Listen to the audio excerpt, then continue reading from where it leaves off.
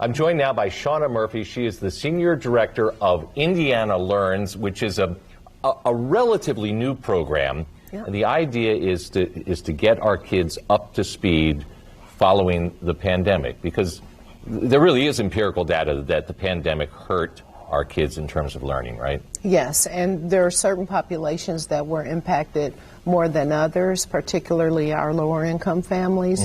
And so the Indiana Learns program provides a grant opportunity for our families to leverage tutoring and math or reading so that they can be prepared. iLearn is coming up again. We'd like to have some positive impacts there, but we also are looking forward to the summer and preventing summer learning loss. So it's an opportunity for a population that was deeply impacted to be able to come up to speed a little bit. And you and I were talking about this a moment ago. In January was when this was approved and the funding approved for Indiana Learns, and then it got off the ground in October.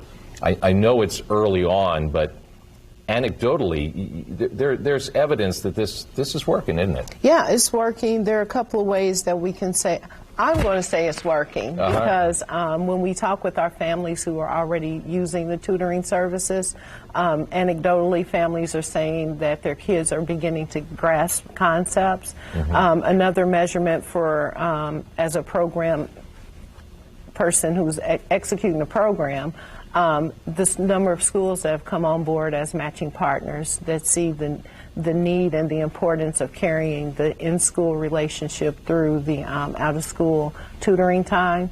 That's a big win for us. Yeah. When you think we started in officially in October, we have more than 33 school corporations that have provided additional dollars as well as tutoring times for students. That's a big win. Empirically, we'll have more data as the program goes, but again, we're getting anecdotal information as we are progressing. So tell us about the tutors. Who are these people? How do you go about vetting them?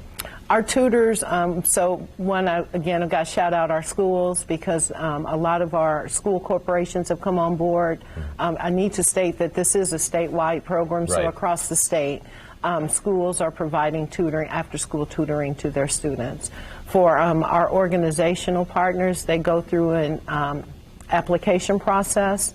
We have an independent review committee made up of educators from around the state that vet to make sure that they meet all the gateway requirements, including our ratio requirement, which is 1 to 3, so that we are providing the highest quality of tutors. So you can't just be a random person who wants to be a tutor. You have to go through a process and be approved by the committee. But the real benefit of that is got to be that face-to-face interaction. I think a lot of kids, and maybe not all kids, but a lot of kids really didn't do well with the online thing, did they? Yeah, I can only speak for my son.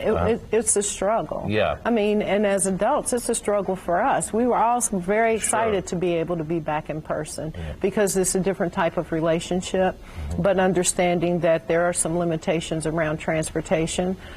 Students can access online tutoring if that works best for them, but with our schools providing tutoring and some of our organizational partners, the in-person option is available also. She's Shauna Murphy with Indiana Learns.